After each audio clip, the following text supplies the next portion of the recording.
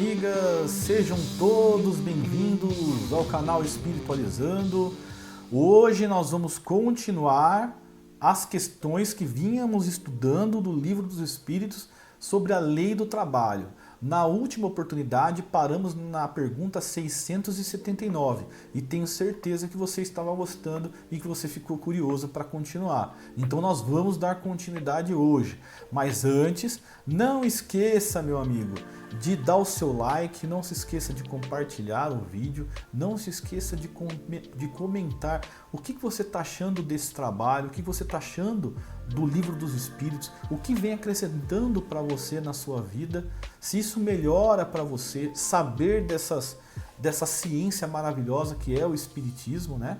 E aí você também pode entrar nos vídeos sobre o Evangelho segundo o Espiritismo, porque lá você tem a parte religiosa, que trabalha a sua parte moral, que trabalha o seu comportamento à luz dos ensinamentos do nosso Senhor Jesus Cristo, à luz do Espiritismo. Olha que legal, muito bacana. Então, você que quer conhecer Jesus pelas vistas do Espiritismo, pela nossa lente, então você tem que ler o Evangelho segundo o Espiritismo. E também tem a Revista Espírita, que complementa tudo isso daqui, né, que a gente está falando, trazendo aí coisinhas que não podem ser colocadas no Livro dos Espíritos, nem no Pentateuco, né, nos outros 4 livros do Allan Kardec. Então a Revista Espírita veio para trazer, para inserir mais informações que não couberam nesses livros. Olha que bacana. Então tudo aquilo que está lá complementa o que está aqui. Olha que legal! Então, eu convido vocês também a assistirem a Revista Espírita comigo, né? E também aí desfrutar do Evangelho segundo o Espiritismo. Beleza, pessoal? Então vamos continuar o nosso trabalho? Vamos lá então, vamos estudar. Eu aprendo com vocês e vocês também aprendem um pouco comigo aqui na leitura. Vamos lá então. Vou aumentar um pouquinho o vídeo aqui, a imagem, acho que ficou jóia. Vamos lá para cima então, pessoal. Vocês lembram que a gente falou? A gente veio falando na última oportunidade, a gente veio falando sobre a lei do trabalho. E a lei do trabalho, pessoal, nos mostra que é incessante o nosso trabalho diante do nosso Senhor para que nós possamos evoluir também assim como evoluiu o nosso Mestre Jesus Cristo. Ele é a nossa referência, é o nosso guia e nosso modelo. Então nós temos que seguir de alguma maneira o que ele nos ensinou, para que a gente possa um dia poder encará-lo sem olhar para baixo, sem vergonha, né? É olhar de igual para igual. Hoje você, tenho certeza, não temos a capacidade de olhar nos olhos do nosso Mestre Jesus sem lembrar de tudo que a gente já fez de errado. Porque automaticamente o nosso espírito vai nos obrigar a fazer essa reflexão. Será que eu posso beber do mesmo copo que o nosso mestre? E em questão de evolução? É óbvio que não, né, pessoal? Mas ele com certeza nos dará a oportunidade. Se ele vier um dia até nós, né, diminuir a sua carga energética para poder aparecer para nós um dia, né? Pode ser que um dia aconteça isso, talvez não nesse patamar evolutivo que nós estamos, nessa energia que a Terra tem hoje, mas numa transição, né? numa futura transição do planeta, quem sabe, né? Nós poderíamos sim beber do copo dele, mas com a sua autorização, né? Com a sua, vamos dizer assim, misericórdia, com a sua piedade, né? Compaixão que Jesus tem com os seus irmãozinhos que ainda estão caminhando, estão engatinhando. Então, como se fosse o irmão mais velho, passando a mão na cabeça do bebezinho, que ainda não saiu das fraldas, né? Que ainda não, que sabe falar no máximo gugu dadá e não sabe nem apontar para o caminho do banheiro, né? Ou que tá com vontade de ir no banheiro. Ainda está na evolução, começando a evoluir. Esse é o nosso posicionamento em relação ao Mestre Jesus. Nosso Mestre Jesus, um homem sábio, nos altos do seu mais de 60, 70 anos de idade, nós, criancinhas pequenininhas, né? Ainda no gugu dadá. Então é por isso que a gente não pode beber no mesmo copo do nosso Mestre, porque criança não bebe no copo, bebe mamadeira, né?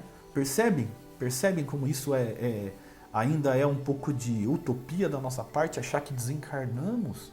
Vamos sentar ao lado do Mestre Jesus, do lado do seu trono celestial, né? É isso que a lei do trabalho vem nos ensinar também, né? Que para a gente chegar um dia a desfrutar dessa capacidade, né, de tocar a mão do mestre, a gente precisa trabalhar muito, né? E a lei do trabalho, ela está em todas as esferas do mundo. Ou vocês acham que Jesus fica só sentado num trono, né, olhando para baixo na terra, apontando o que tem que ser feito? E mesmo apontando o que tem que ser feito, ele está trabalhando. Então, ele não vai estar num trono, né, físico, ele vai estar trabalhando, né? Mas trabalho é eterno, não para nunca, é incessante? Não. Existem os momentos de descanso que o corpo precisa, o corpo espiritual precisa, né? A gente precisa descansar a mente, né? Mas a gente não precisa mais descansar no mundo espiritual o corpo humano, porque o corpo não existe mais. Não existem as necessidades fisiológicas que nós necessitamos. O homem precisa todos os dias de algumas horas de sono para poder refazer a sua estrutura física, refazer a musculatura, refazer todas as trocas de célula, precisa descansar, precisa estar novo para o dia seguinte. O espírito não precisa, porque o espírito não tem um corpo físico como o nosso, né? O corpo espiritual é diferente, é mais leve, é mais sublime, é mais tenro, né? Mais suave, né? Então não precisa de nada disso, ele é maleável. O que precisa é do descanso mental, né? Todos merecem descanso, mas não é descanso eterno como a gente aprendeu, né, nas outras doutrinas, enquanto nós éramos jovens, né, iniciamos em uma religião ou outra, que nos ensinou que a gente precisa, depois da morte, descansar, ter o merecimento aqui para descansar eternamente, né? Pulando de nuvem em nuvem, tocando harpa, vivendo, né, com 300 mil mulheres virgens, né, aquela coisa toda, outros, né, que a gente vai estar, né, num paraíso. Não, pessoal, não é assim que funcionam as coisas, né? Não é assim que funciona, vamos cair na realidade. Então o trabalho é sempre existente. Então vamos continuar aqui da pergunta 679, que fala assim, olha só: achar-se-á isento da lei do trabalho o homem que possua bens suficientes para lhe assegurarem a existência? Vamos primeiro saber o que ele está falando de bens aqui, né? Porque se for bem material, esquece, né?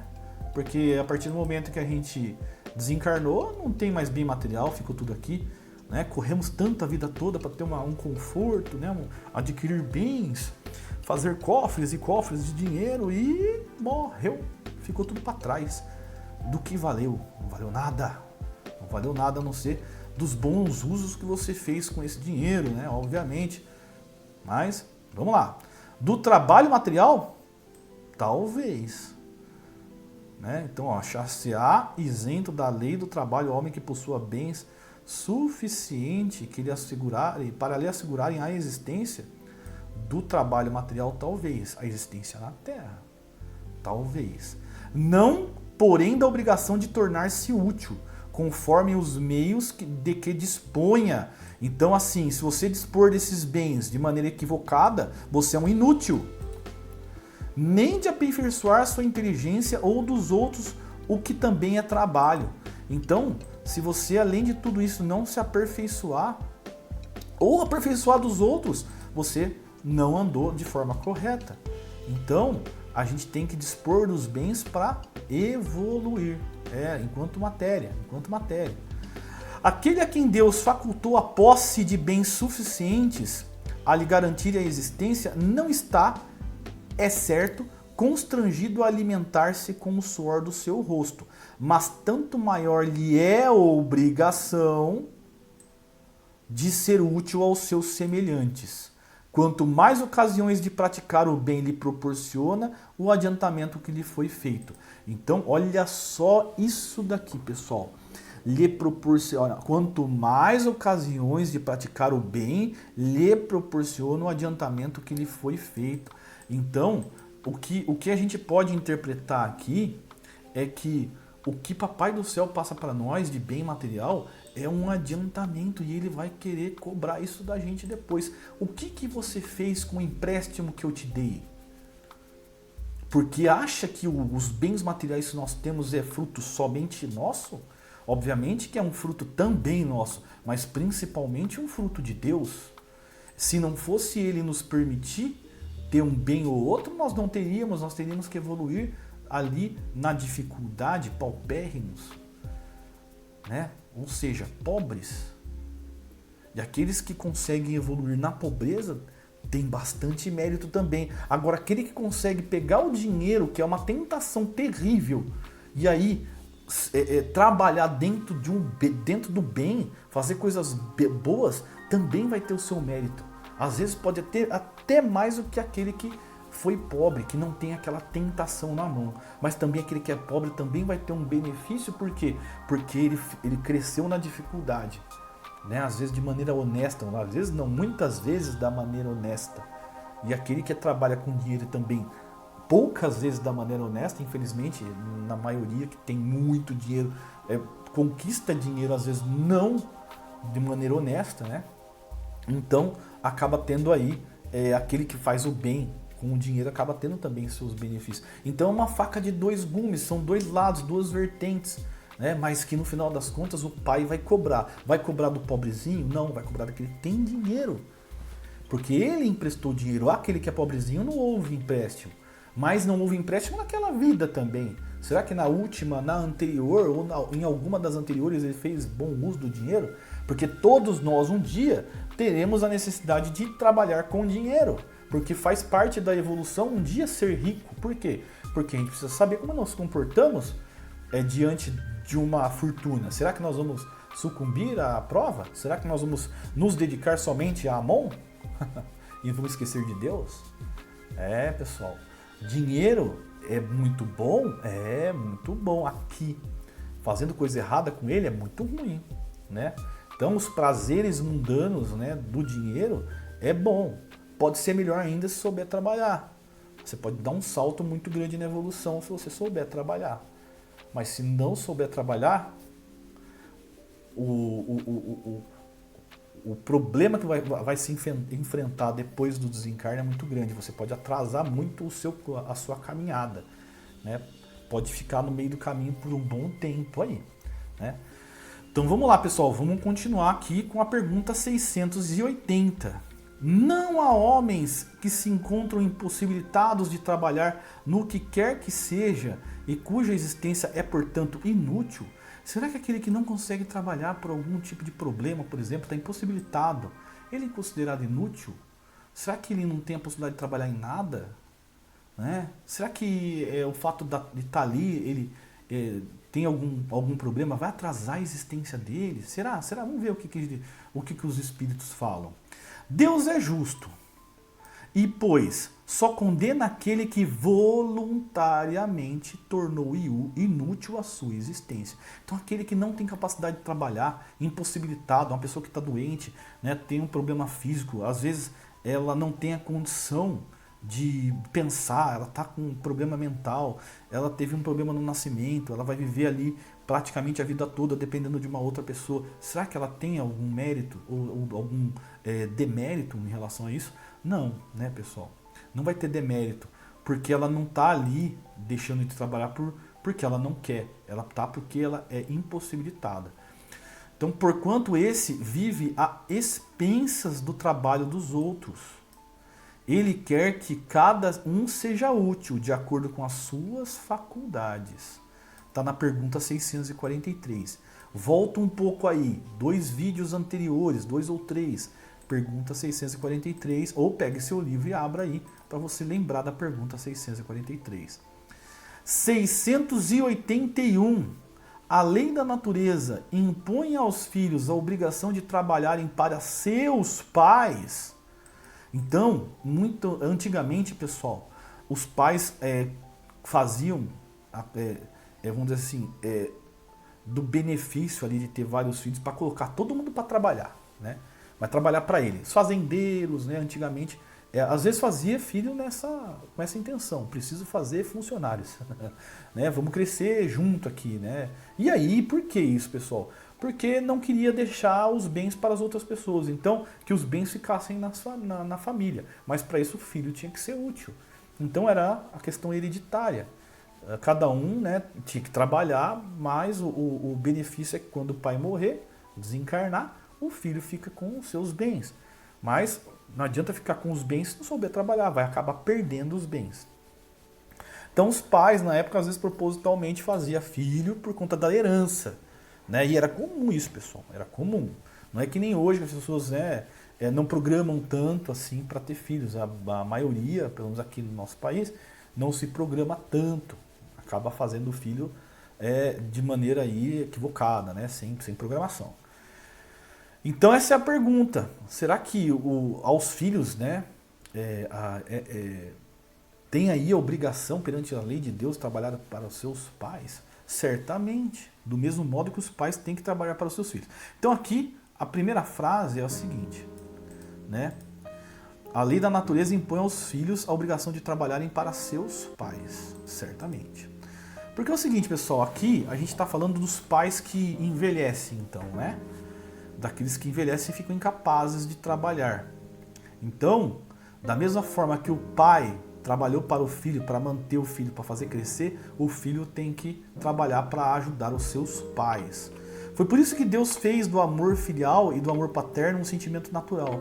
Foi para que, por essa afeição recíproca, os membros de uma família se sentissem impelidos a ajudarem-se mutuamente, o que, aliás, com muita frequência se esquece na vossa sociedade atual. Exatamente. Antigamente, pessoal, existia, como eu falei, essa questão do filho trabalhar para o pai. Mas aí a gente está falando de trabalho infantil. O trabalho infantil está errado. Né? O trabalho infantil está errado. Agora, o trabalho para colaborar com a família é obrigação, sem dúvida nenhuma.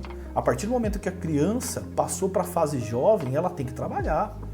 Ela tem que trabalhar, por quê? Porque senão a cabeça fica vazia e começa a fazer um monte de besteira. Isso é antes e isso principalmente hoje, que tem muito mais facilidade de fazer besteira do que antigamente. Antigamente você não tinha muita opção, né? Hoje você não tinha contato com outras pessoas de fora, hoje você tem contato com muita gente de fora por meio da internet. E se não colocar a cabeça para trabalhar, se não começar a dar valor para o esforço que o pai teve para te sustentar, para sustentar a criança por meio do trabalho, a criança nunca vai saber, o jovem nunca vai saber o esforço que o pai teve. Para o jovem é muito fácil. Né? Para o jovem a gente vê muito isso por questões até mesmo de ideologia política, que às vezes as escolas acabam colocando, né, por meio de ideologia, de maneira equivocada, eu acho, na cabeça das crianças, é que o pai é o homem do mal, que é o patriarca, né, aquele poder patriarcal que é opressor, né, para o jovem. Todo jovem tem essa passagem da rebeldia. Quem não, né? Quem não passou pela fase da rebeldia?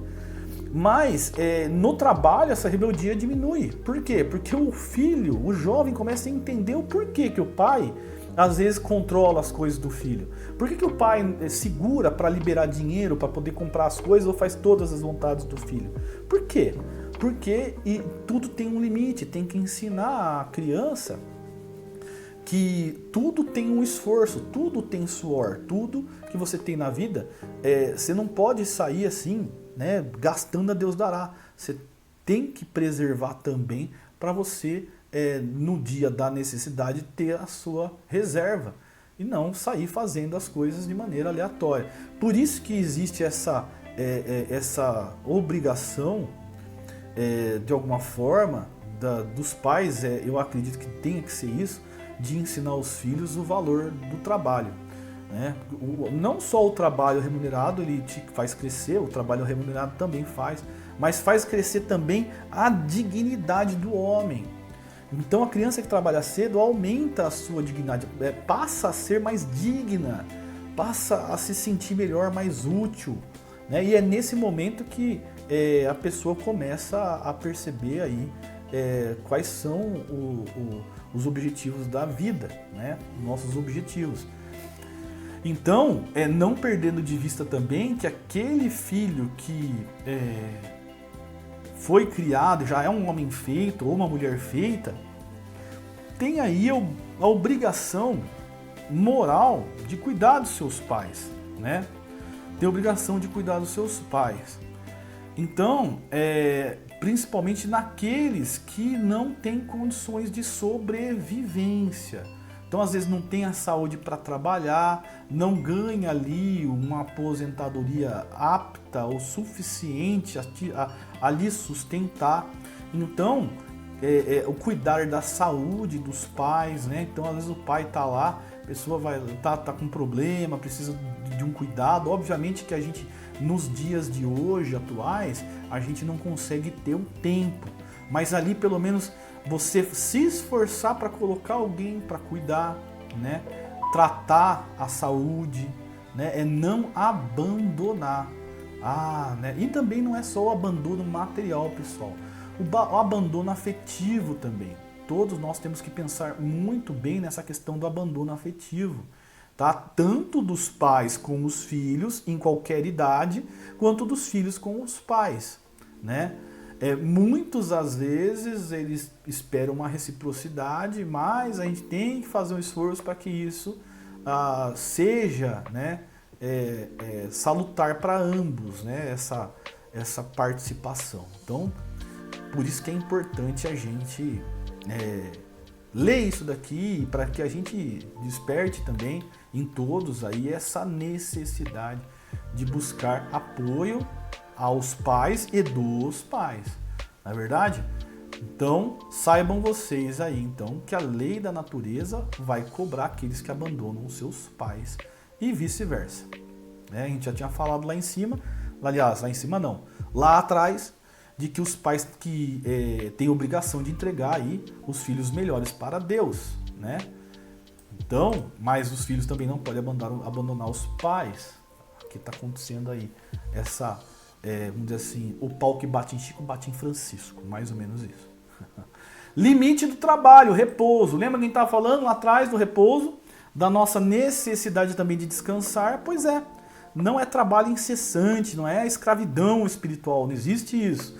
Não existe isso, é trabalho e repouso, para você desfrutar também do seu trabalho. Porque afinal, o trabalho no mundo espiritual, tanto nas esferas menores quanto nas maiores, existe remuneração. No nosso lar, no livro do Chico, conta lá a história da remuneração, lá chamada de bônus hora, ou seja, você recebe um bônus pela hora trabalhada. Então você pode ali adquirir bens. Olha que legal, pessoal. Obviamente, né? Sem aquela maneira egoísta de lidar, né, com os bens, mas é teu, você pode desfrutar daquilo. E também no mundo espiritual não existe mais aquela coisa do egoísmo, né? Começa a ficar uma coisa tão leve que você compra para todo mundo, que te quer bem. Então quando você tem uma casa, tem um bem, acaba as outras pessoas usufruindo também, porque você ama, vai passando a amar e querer bem todo mundo, você quer todo mundo pertinho de você. Né? Você quer todo mundo ver todo mundo crescendo, então um acaba ajudando o outro, não por obrigação, pessoal, isso que é o mais legal, porque tudo que é imposto não dá certo, tudo que você faz forçado não dá certo, por isso que a evolução espiritual está aí para nos demonstrar que nós devemos ser livres das coisas materiais. A evolução espiritual nos faz abandonar esse egoísmo. Então a gente faz com o coração, não é mais obrigado. Fulano de tal precisa de um cantinho. Ah, nossa, vai me atrapalhar a privacidade. Meu Deus. Não existe isso. Né? Tá lá, tem um espaço, é teu. Vai ficar lá até quando você conseguir o seu. E assim vai, pessoal, é assim que funciona, entendeu? E todos colaborando. Porque também não é legal você ter lá, principalmente nas esferas inferiores, né, quando a gente fala em colônias ou postos de socorro, mas em colônias, né? Você ter lá a pessoa com o seu cantinho, recebe o parente que não quer nada com nada. Aí a própria comunidade se encarrega ali de, né? Se coça aí, amigão. É bom pra você, né? Você tem que aprender. E as pessoas, automaticamente, a energia é tão contagiante que as pessoas mesmo vão cuidando de, aos poucos, ali sair do ócio, né? A gente viu, inclusive, no filme Nosso Lar, lá no livro, né, da mulher ociosa, né? Até mesmo o ministro lá, que foi interpretado pelo Paulo Goulart, que Deus o tenha, né? Gostava muito dele. Eu gosto muito dele, né? Porque na nossa concepção ele está vivo e forte em algum lugar desse mundo. E ele lá fala, né, que o trabalho dignifica o homem. Então,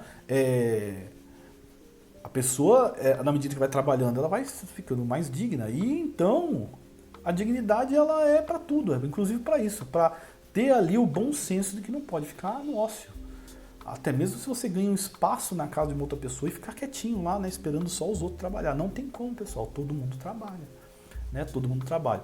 E as coisas lá vão ficando um pouco mais fáceis em relação à terra, principalmente as coisas materiais. Então, isso acaba não sendo ali eu acredito, porque eu nunca vi uma obra falando disso, tá, pessoal?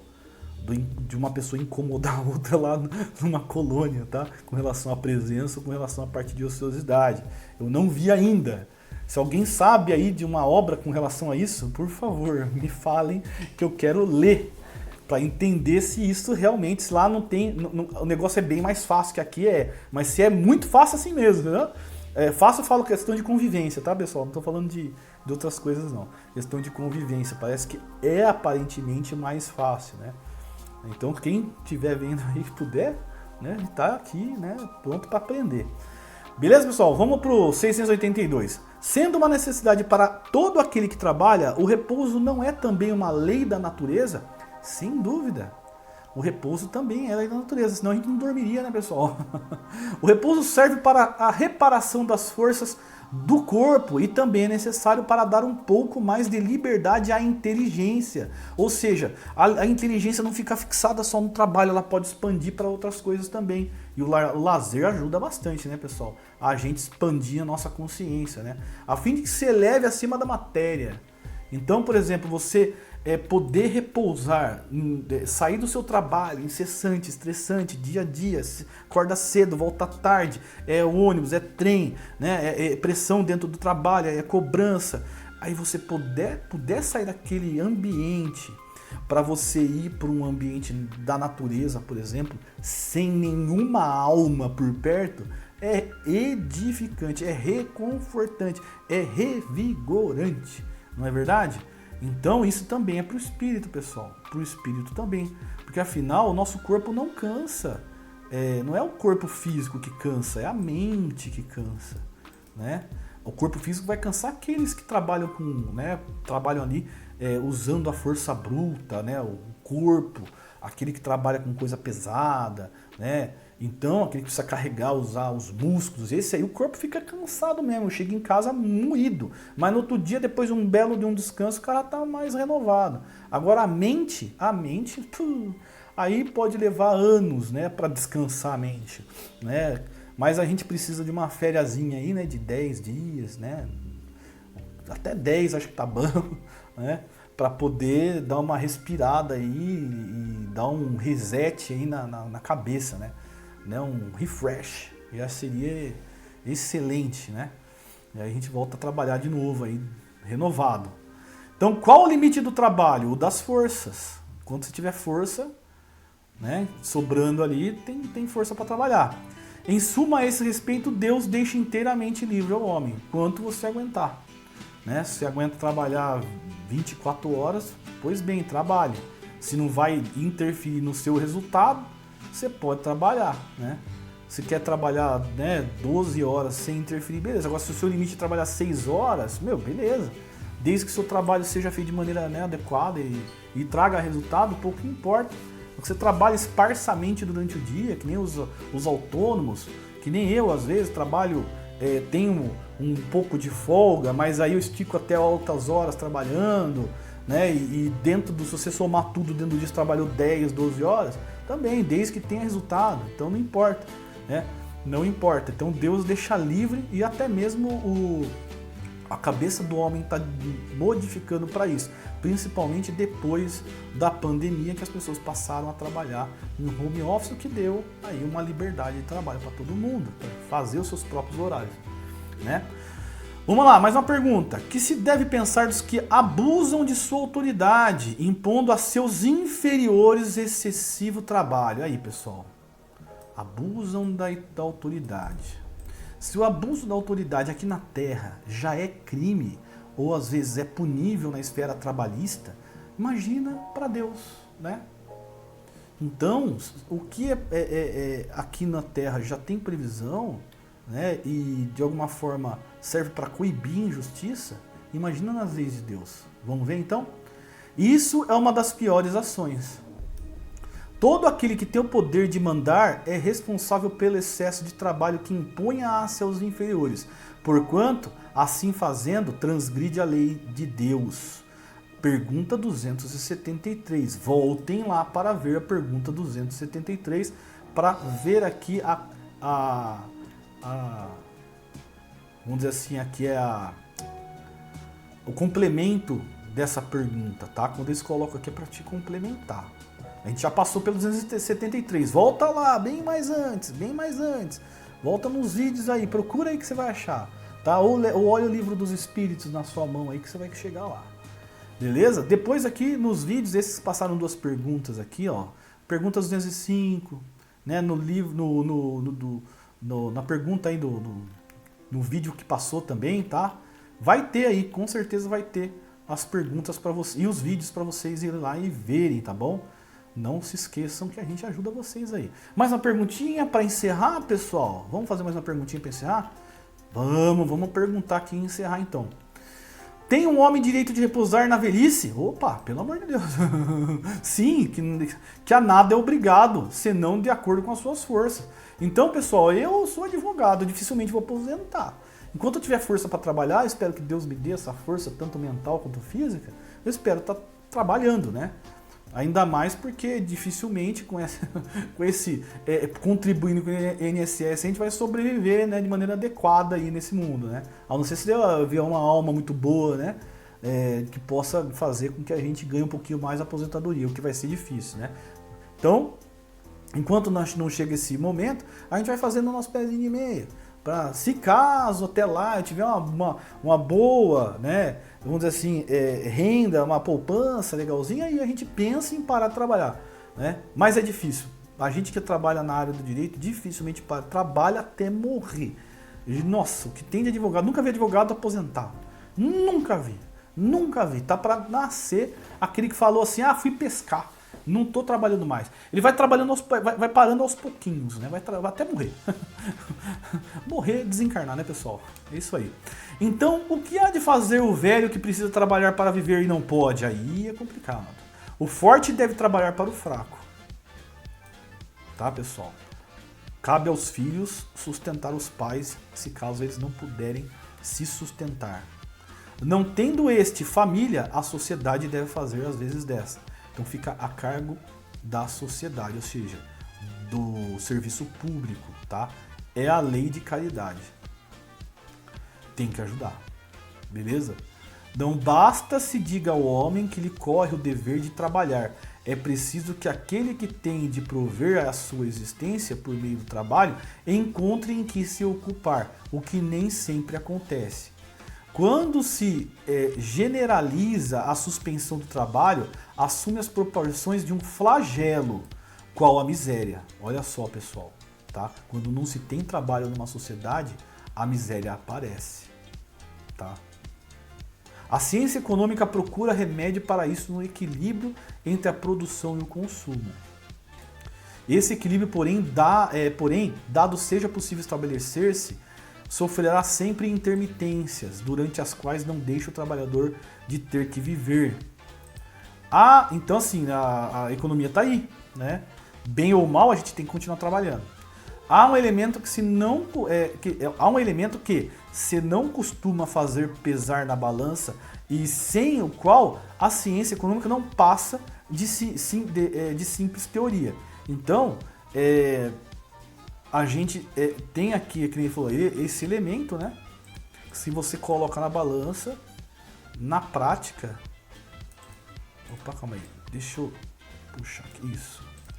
Então, é um elemento que se não costuma fazer pesar na balança e sem o qual a ciência econômica não passa de simples teoria, que é o quê? Trabalho, né?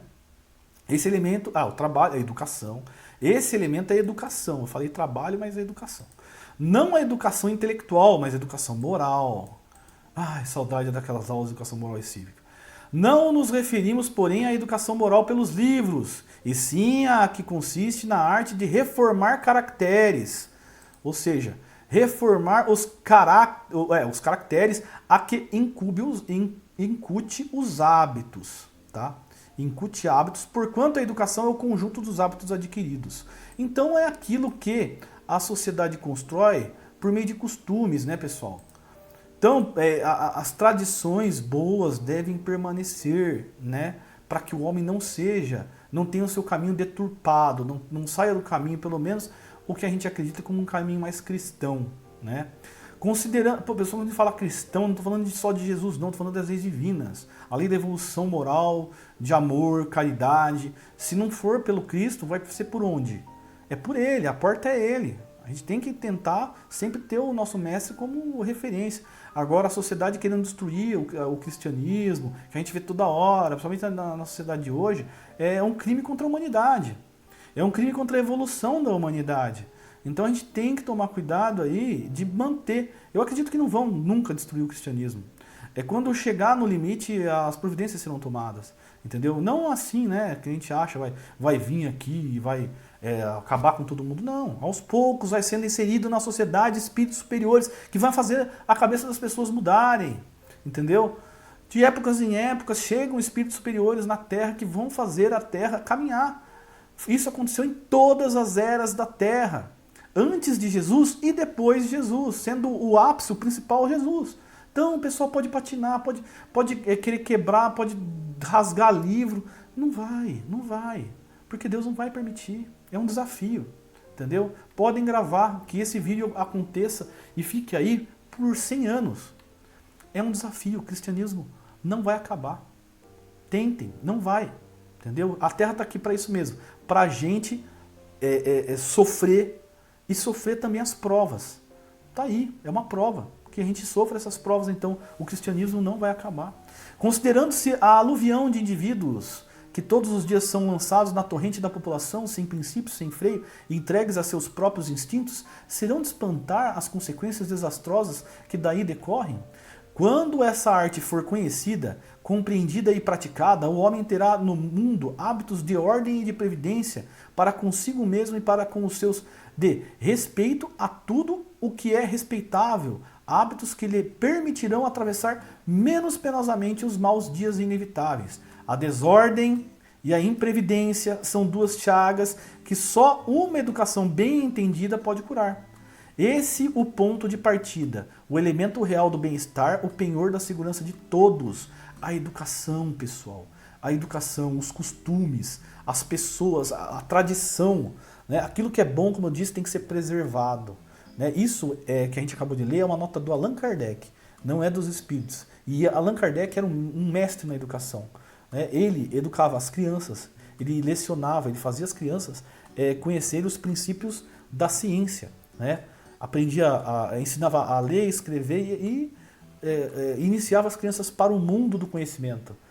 Allan Kardec era admirável, então nós temos que seguir aqueles que são admiráveis, aqueles que têm um conhecimento específico, mas que não sai da linha do bem-estar e do favorecimento das pessoas de uma maneira geral, sem entrar nas esferas materiais de relação, sempre nas matérias espirituais, bem-estar, sem atingir uma cota ou outra cota da sociedade. Jesus fez isso com maestria. Será que a gente consegue fazer também? Eu acho que não custa continuar tentando, né, pessoal? De não interferir, né, nos hábitos, nos costumes, sem que as outras pessoas queiram. Né? Sem que a sociedade, de uma maneira geral, esteja engajada em modificar. Não pela representatividade de uma ou duas pessoas. Né? Não. Geral. Mas o geral acontece, acredito eu, com a égide de Cristo. E nele a gente pode confiar. Beleza, pessoal? Então a gente encerra hoje, né? Mais esse trabalho bacana, bastante coisas a gente aprendeu. E na próxima oportunidade, vamos entrar na lei de reprodução, pessoal. Vamos entrar na questão de sexo, na questão reprodutiva, né? E vamos falar bastante sobre temas aí que talvez sejam bastante aí, vamos dizer assim, polêmicos, né? Polêmicos. A gente vai entrar um pouco em polêmica, mas dentro da luz do espiritismo, sem fugir muito, sem entrar muito nas coisas da esfera material, porque isso não vai fazer a gente ganhar nada, a não ser que esteja aí dentro da luz cristã. Beleza, pessoal? Então, na próxima oportunidade a gente já se vê de novo. Espero que vocês sigam protegidos por Deus, que Deus abençoe. A gente se vê por aí. Grande abraço, pessoal.